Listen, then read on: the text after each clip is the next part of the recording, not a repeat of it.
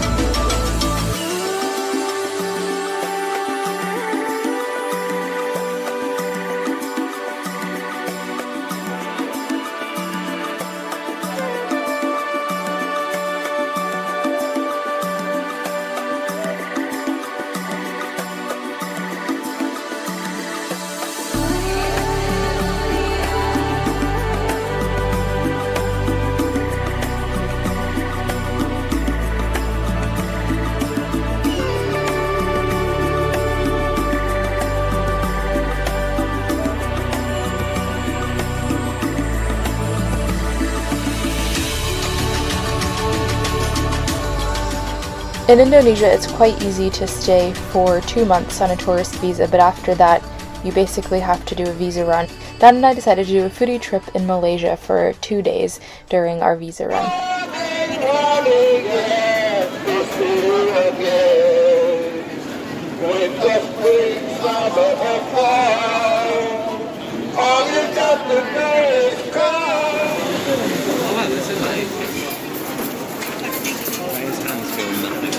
Yeah. Try a little bit of duck and a little bit of barbecue. Barbecue, yeah, just a little pasta. No, just some meat to eat. Yeah, that'd be great. Thank you. 15.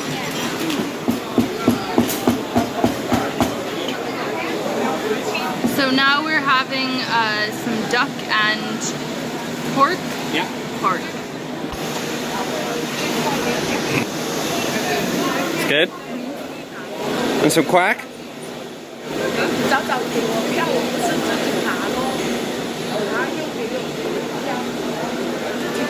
Tentative. Ahead. So this is the little food market where we're at. We had laksa here this morning. This really nice guy who told us his life story. Been making laksa for 60 years.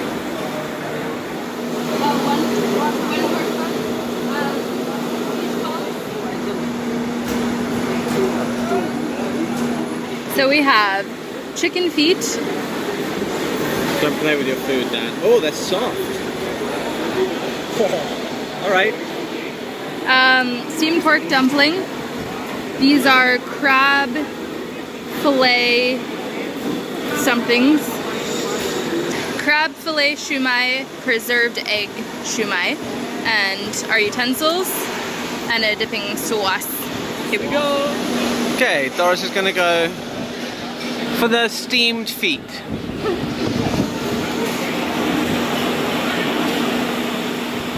Are you going the whole thing or just like a one of its little dangly. Oh no. Foot down. Oh, you can see its pad. Oh damn. Oh, this is dangerous. I can't even hold it. This is all your idea. That was a weak bite. Oh. It looks impenetrable. Yum. That's all you're doing? Okay, this is a crab fillet. Shumai. Did it? Come here. Oh, that's good. So what is a shumai, Doris? Tricky to say. It looks like a cylinder full of crab. Seriously, I think your sailing channel is going to give way to an epic food channel. Oh, this is amazing. I like it. I like it a lot. Okay, next up, the egg thing. This is an egg thing. What about a dip? Oh. Quack.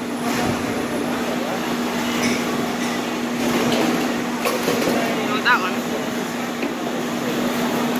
I think we're gonna forgo the dips. Ooh.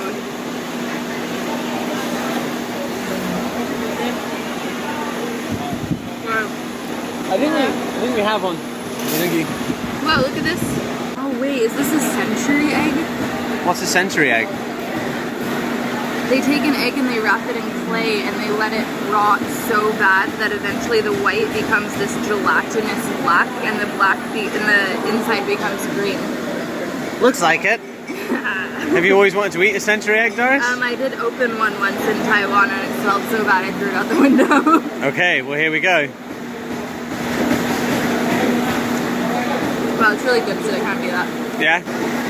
Pork steam bun. That's really hot. I might let the steam out for a bit. The key is to remove the paper. Chef tip.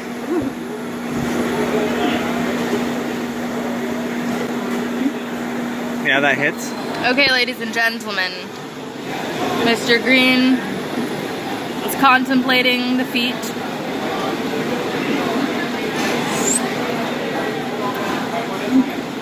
Oh, it's a bone. It's all bone. Well, What's the appeal to this? I guess you suck the skin off. I'll try with a different one. That's gonna be better. Now it's just flipping you off. I'll just suck it down, eh? Yep. Just suck this. Very tender bone. Flavors are nice. It's got the texture of a steamed bun. Very little meat on a chicken foot. Funny that. How's the century egg? That egg was right. I got like an aftertaste of farts in my mouth, to be honest. It's quite a... The pork's delicious. But this entire meal cost $6.30 US. Okay, so to round off our meal, we have seeked out some chai tea. We had to go to 3 different places to get it, but is this? It's very hot. It's really hot. Ooh, and it comes in a metal cup, but let's change that.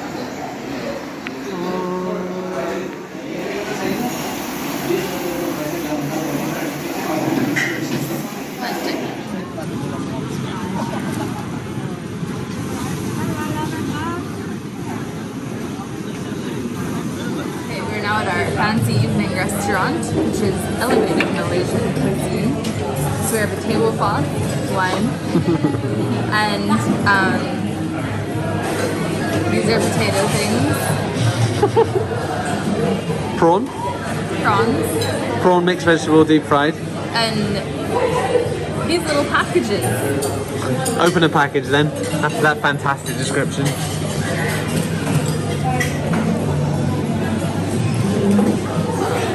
It's so cute! Steamed in a banana leaf.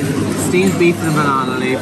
We've got prawn with mixed vegetable spring roll, and he did describe this as a potato thing. And who knows? We have some beef rendang, which is a very famous Malaysian dish, and some wild fern prawn, coconut, oh no wait, something braised coconut, burned coconut, roasted coconut, shrimp, prawns. And do you know this one, Doris? You got this one. This one is the beef rendang. No, one behind it. Oh, and this is rice. Nice.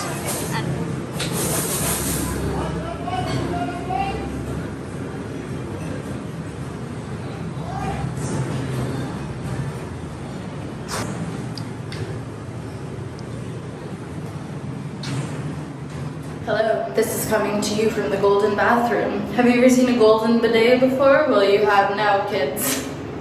I haven't either. This bathroom is insanely ridiculous, isn't it?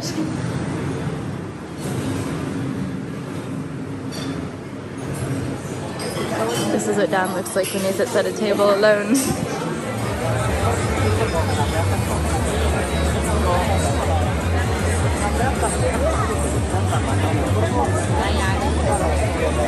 So after our bougie dinner, we've gone back to the night street area where we're looking for dessert and some extra little things that we might want after that meal. What we decided was that the extra price that you pay is for hygiene, quality of ingredients, and ambiance, but the flavors aren't necessarily any better than the flavors that you get in the street food. We noticed a lot more white people in this fancier restaurant and a lot more locals in the street food area, and what we concluded is that we prefer the street food. Although it was nice to like sit down at a table with a tablecloth and have wine brought to us and really like attentive people serving us, we prefer the flavors and the sights and the sounds and the excitement of the night market. We are here at the pomegranate stand, trying some pomegranate juice.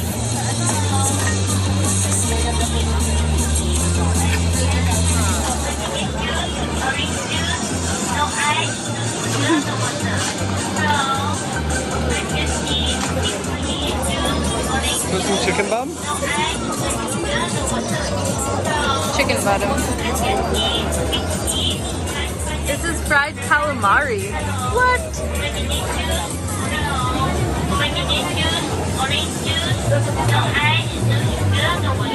It's even more crazy here after a couple hours. The true night market street.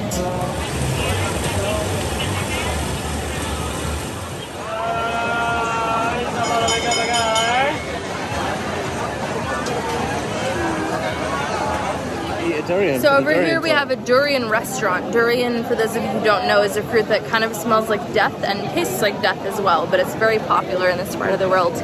And for some reason, all the people eating it are wearing gloves, and we're not sure why.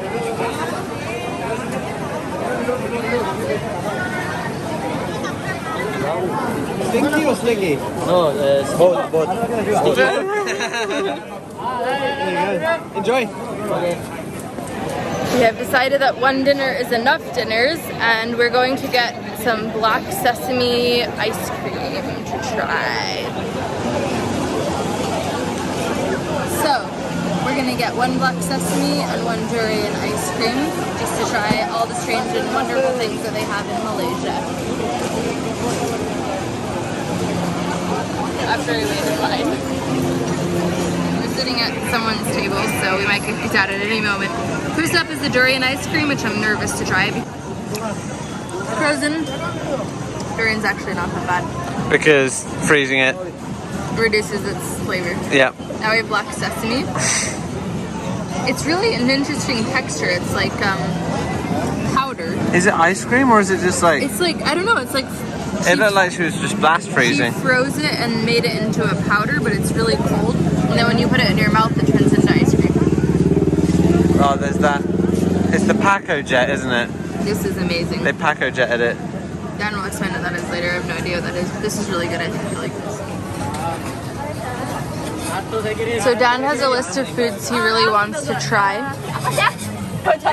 One of them is a Ramly burger before we leave Malaysia. What is a Ramly burger? It's a Malaysian halal burger. Oh, it's like a halal burger, that's all it is. Okay, what's better, chicken or beef? If you ask me, I'm gonna take chicken.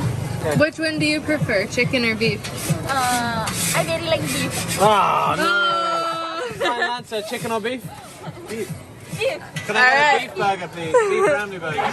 Egg with cheese, double, very tasty. Oh, bloody hell, man. I've already eaten four dinners tonight. Maybe just like the plain one. Alright, I got you. A basic ramly burger. Alright.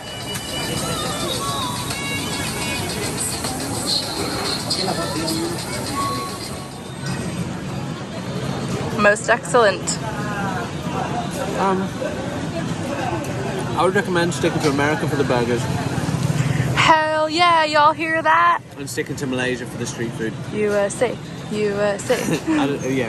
Of all the things you could eat here, I probably wouldn't add this to my to-eat list. Last on the list before we head home is a fruit juice.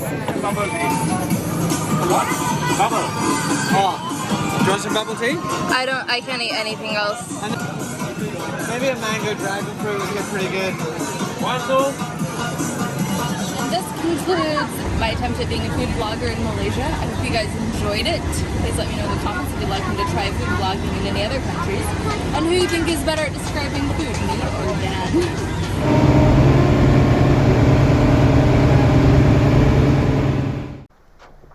When we returned to Indonesia, Dan's family came to visit, and we did some exploring of Lombok. We went up into the mountains and stayed in a little Airbnb high up in the cool hills, where we did a tour of the rice paddies led by a local man. He also took us to see how they make traditional coffee in Lombok.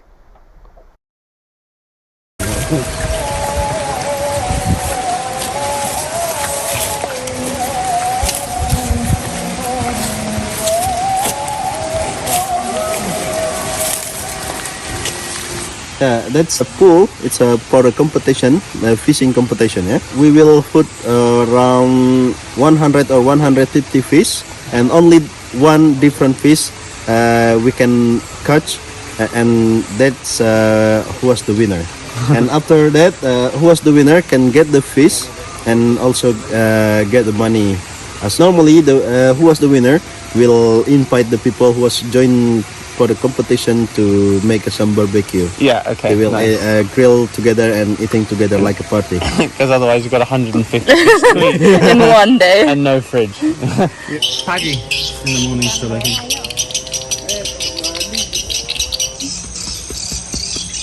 Fresh peanuts just out of the ground like that. Eat one.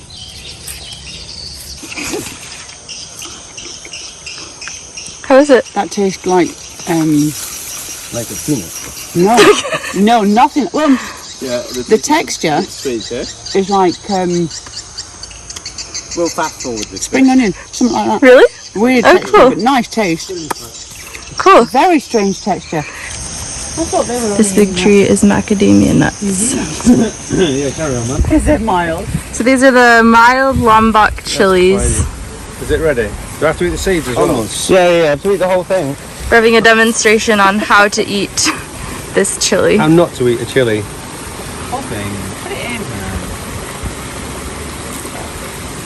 It's getting hot now. Now it's starting a little bit of heat. And the hole in my tooth has got a few seeds in it now. And they're going to sit there all day. And it's just getting hotter and hotter.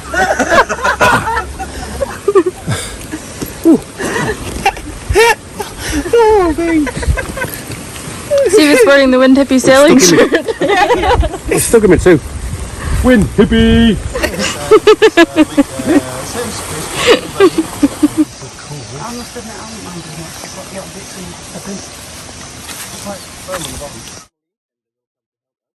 And when our neighbor also want to help us their own rice, and we will come to help them. Same like when we take out the water, we just open like this and the water should go away. Like this. Ian explained that the way they irrigate the rice fields is by having these really long irrigation channels that they pipe water from the mountains and the waterfalls. The whole community comes together to help maintain these and keep them clear, and then each field has little sluices that they can open and close for when they want to flood the field or drain it dry. The people normally they make it Additionally, the entire community comes together and helps each other out when it's time for harvesting and planting. So basically, it's just a beautiful community of everyone helping each other out, growing their own little rice plots. Jan also said that they grow their own vegetables and share whenever they get a crop in.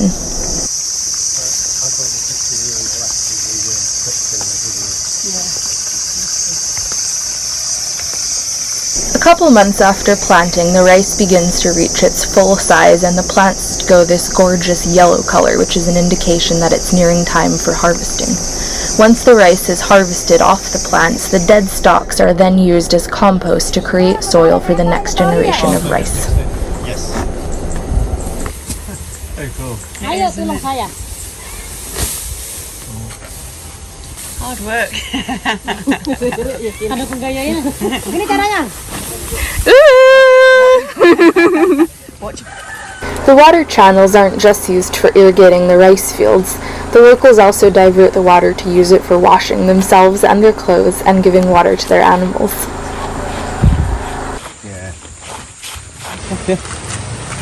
That's the people when they want to plant the rice, just after they get from the rice seeds. Before they're ready to be planted in these fields, the rice seeds are cultivated in these tiny protected ponds until they're sprouty enough to be put into the open. You can see the netting around them here is to protect them from the chickens who like to eat the little seedlings. She's my grandma sister. Oh, Yeah, my grandma is from this village. Alright. Steve is learning the noble art of planting rice. Let's take a little bit. Take a little bit. How deep do you plant it? Yeah, just until you think it's enough. Yeah, like that, it's okay. What does the floor feel like? Good. Is it broken then? Good with a bit of grit. At least big enough. Straight enough. Yeah. He said Steve can do it. Okay. Oh, good. You're hired. What'd she But say? that means it's are you finished? Yeah. Panda. They tell me it's not good enough. Badana kun nena jenang psikolog. Look at that. Bloody hell. Let her go. She's going twice as quick because of how long you took. Yeah, but you're not telling her she's put it in the wrong place. She's not. She's doing it properly. I put it on twice. Well, he thought that it was like a brand. Yeah, no, I get it. Yeah. That's cool.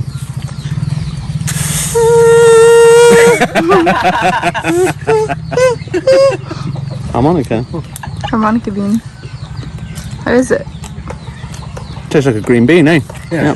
It's like a green bean. Yeah, it's good. Oh. Right, now Shoulder. I don't think I can get it on my head. Oh, the men were carrying it on the back, eh? For men, we do it here on the shoulder. Yeah. And the woman on the head? Woman at the head. Wow. heavy. It's the same. That size, the women will carry on the head. Yeah. Sometimes it's We more saw with heavy big than this one. Also. sacks of Yeah, I rice. know, but I didn't Yeah. realise that We was. saw a lady yesterday. Next we walked through a small village and then from there onto another little path that led to one of the most beautiful natural waterfalls I've been to so far in Indonesia. Papaya. Ay.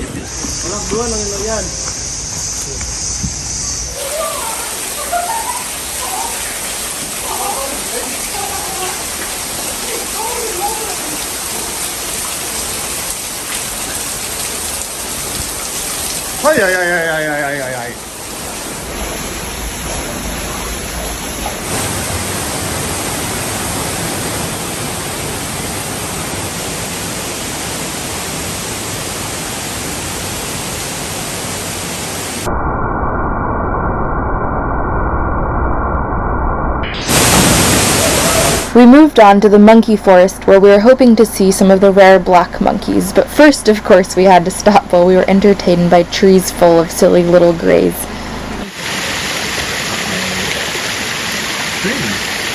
Oh, look at the little baby who fell out of the tree. Look at this one. Whoa!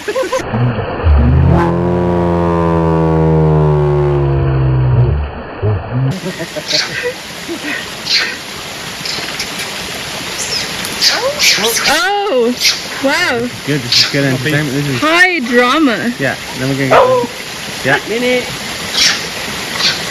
How's it going? What do we do? You're not scared of the monkey or falling in the dog? Falling in the dog. There you go. Oh, she's got a baby. That's it. Oh, rude. What are they digging? That one sounds closer. Oh, look. Oh, it's something.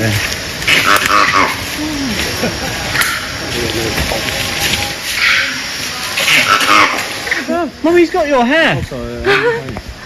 Am I? That's a good looking face. That is cute. He looks like Noel Fielding. Oh, no, does it? Oh, I can't see those. Oh, from here. Oh, he's beating his chest. Moving there.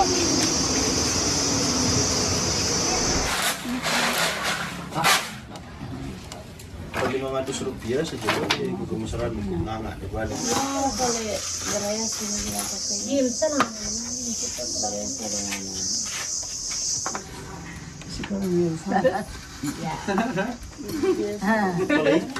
This Yes, that's my channel. fine. Pokat ya gatani. Or is it, excuse me, color? It's the same. The same sort of Ya na masa ng pokat.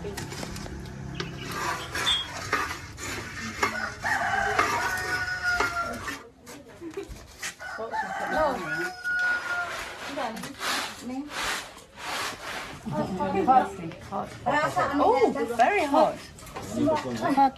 Has it? You nailed it. That has. For eating? Yes, try it. Ooh, Nutty. I like that. Anak. Enak. Nikmanan enak. Enak.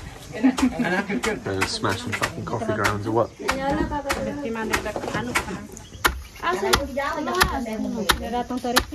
Tayo yan, ha? Kung tayo kakadala. In South Australia, I was born.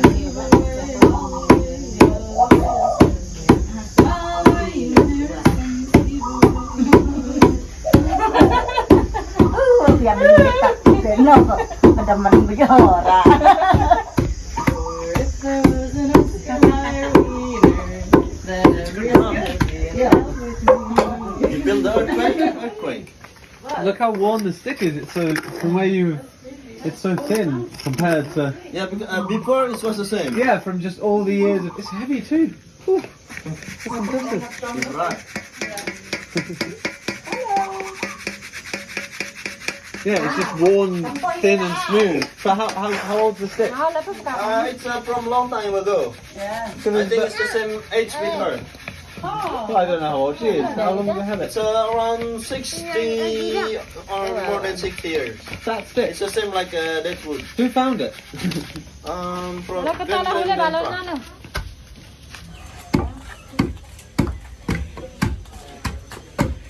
Oh, it's funny. Oh no.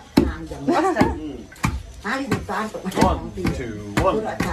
No, we just put it. Every couple minutes we would sift the finest grains of coffee out of the rest of the stuff and then put the dregs back in the pounder to be repounded. After everything was ground, they put the grounds into cups and added boiling water, which is their traditional way here of making coffee.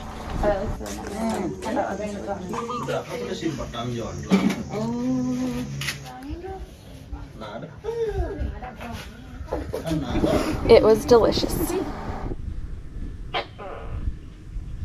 After Dan's family left, we had 3 weeks to get Uhuru ready before we flew back to Australia to return to Gecko. There's a hole in the bag. Oh, it's so great. So, today's the big day, Dan's last day on Uhuru. We just spent the last 2 days getting everything perfect and beautiful for when the owners get back, and we are packing all our stuff. All of Dan's stuff, his worldly possessions, are in about 4 bags, mixed in with my stuff, which I didn't bring a lot on this trip intentionally because I knew we'd be packing all of Dan's stuff home and I just didn't eat a lot. And we are here with Tiga, getting ready for the very long trip to Bali. We moved everything into a little hotel room up at the resort just to get it off the boat so that we could get Uhuru nice and left. So we have to bring it down to the dock, get onto a feeder boat that goes to the pier where the ferry boat goes on to, get onto that boat, 2 hours on that ferry, to a car, to a hotel in Bali, then to the airport in a couple days. So it's definitely a mission, and we have a ton of stuff. Surfboard bag, kiteboard bag, but it's all happening. It's all very exciting. We're here on the boat. These are our bags. So we have surfboard bag. This is Tiga's. And then we have this one, this one. This is all kite gear. This is my stuff. And that one. This is boat 1 of 2 to get to Bali. The feeder boat. I'm hungry. We're funny. Dan's putting on lipstick. Let me get this right cheek.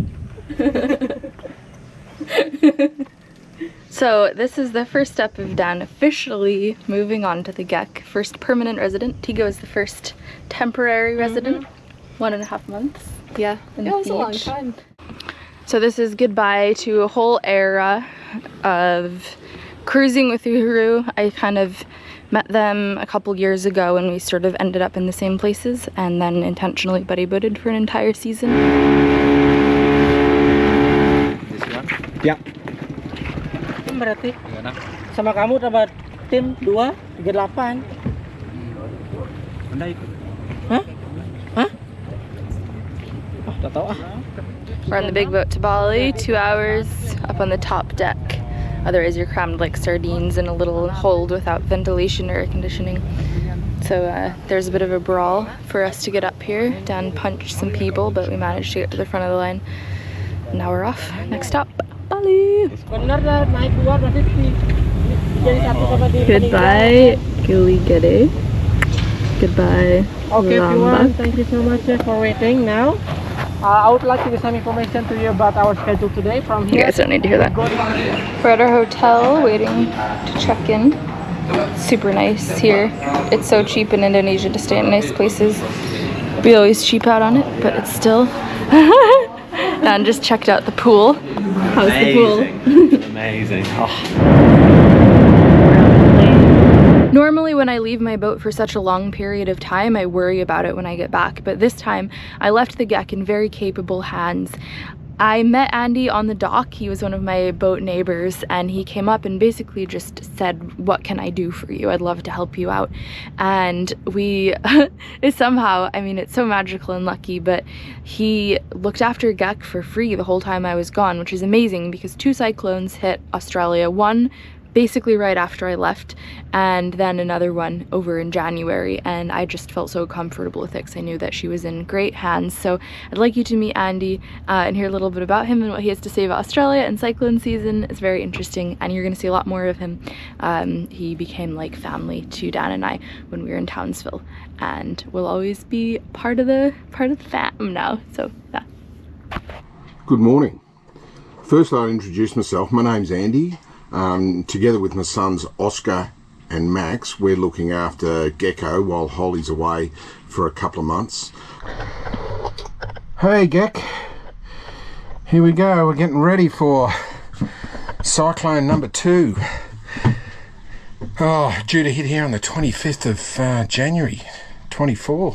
We're currently in Townsville, North Queensland, Australia, in the middle of the Southern Hemisphere summer. What happens up here this time of year? We've got cyclone season. Today is one of those days, unfortunately, where there's a Category 2 cyclone headed straight for Townsville in about 12 hours time. Holly took the sails off before she went away, which is great, but we still had covers on the boat. The reason for that is it's been very, very hot here over summer. It's the wet season.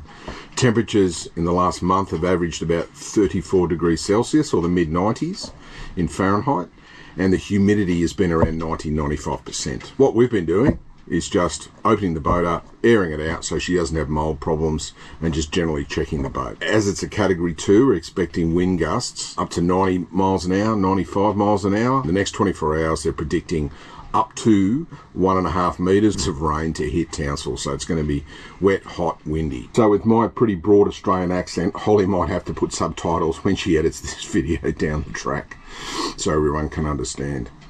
So what's going on today with the boat? I'm just doing my last check. I've got my yacht down here. Ironically, we're in a metric country and my boat's called Fahrenheit, but I'll go down and check her as well. For the boys and I, it's been an honour to look after Gecko. If you can fall in love with a boat, this is one that you definitely will. It's got such a good vibe. It puts a smile on your face every time we come down to the boat. One of the effects that cyclones have is that they push a wave, if you will, ahead of the cyclone. In the southern hemisphere, it happens on the southeast side. Up to about 3 metres with a really big cyclone, it can add to the height of the tide. With the tidal surge from the cyclone, it can add another 4 metres to the top of the tide. There was a cyclone that hit Townsville in 2011. There was a marina up there that was hit quite hard. What happened? The pontoons went above the pylons and then chaos ensued in the marina. What did Townsville do? Around that time, they were fixing the marina, so what they decided to do was put much bigger pylons on. But I'm not concerned for my boat or for Gecko. It's a very protected marina. We're about a mile from the mouth of what's called Ross Creek. We're well up into the creek.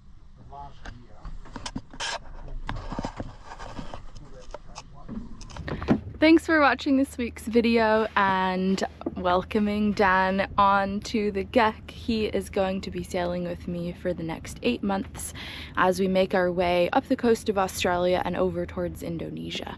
I'm really excited to have someone on my boat for that long of a period of time, and he'll be going back and forth after that to Canada because obviously he still needs to have a job, so he won't be sailing full-time on Gecko, but almost for, you know, most of the year, so that should give us a pretty good idea of how it's gonna feel, which is very exciting. Thank you, Tish, for always reminding me when I need to do another edit. Right now I'm in Darwin, the final stop in Australia before we set out for Indonesia. Just spent the whole day down below editing. And thank you guys for your comments. Thank you patrons for supporting me. And because I used a lot of videos that I gave you guys patrons in snacks before, I'm giving you an extra snack with this video exclusively on Patreon, just so that you don't feel cheated. So if you're not already a patron, head on over to my Patreon and support me for as little as $1 a month and check out all the extra videos. I give my patrons snacks on the weeks that I don't put out full-length YouTube. I put out episodes every 2 weeks on Mondays. And for one-time donations, I have a PayPal, paypal.me/Hippie, and merchandise, all in the links in the description below. I believe that is all for now, so thank you for watching, and I'll see you guys in 2 weeks, and patrons, I'll see you guys next week.